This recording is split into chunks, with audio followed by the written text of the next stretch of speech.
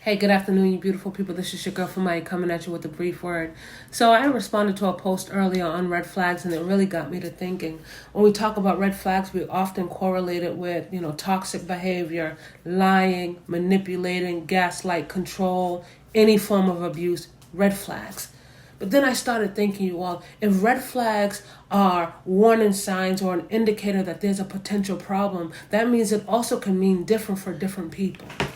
So I was really pondering and really thinking about it, because no matter how good of a person you are, no matter how kind you are, how loving you are, you're not trying to intentionally manipulate or harm anyone, we can still come with red flags depending on who you ask.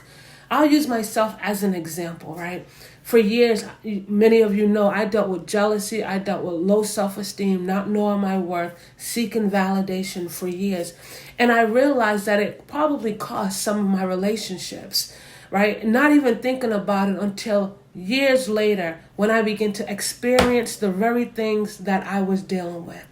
I began to experience that jealousy where somebody was constantly asking me, where are you going? What are you doing? How long you going to be? When will you be back? Who was that? Constantly, that was draining, you all. Never realized it until I began to experience it. Being accused of things, probably what they were doing, but I was being accused of things that I was absolutely not doing. That was draining. Constantly having to validate a person, telling them you're worth it, you're a good person, I love you, I care for you, and that still not being enough was draining. So even if we're dealing with those type of things, understand no matter how good of a person you are, you can still be a red flag to somebody else. Imagine someone being interested in you and you all attracted to one another, and then they finally get to know you and they're like, I can't do it. Been there and done that. It's a red flag. What's my point, you all? My point is saying that not just calling out what somebody else's red flags are, but we also have to look within. We also have to check ourselves. Are we also dealing with red flags?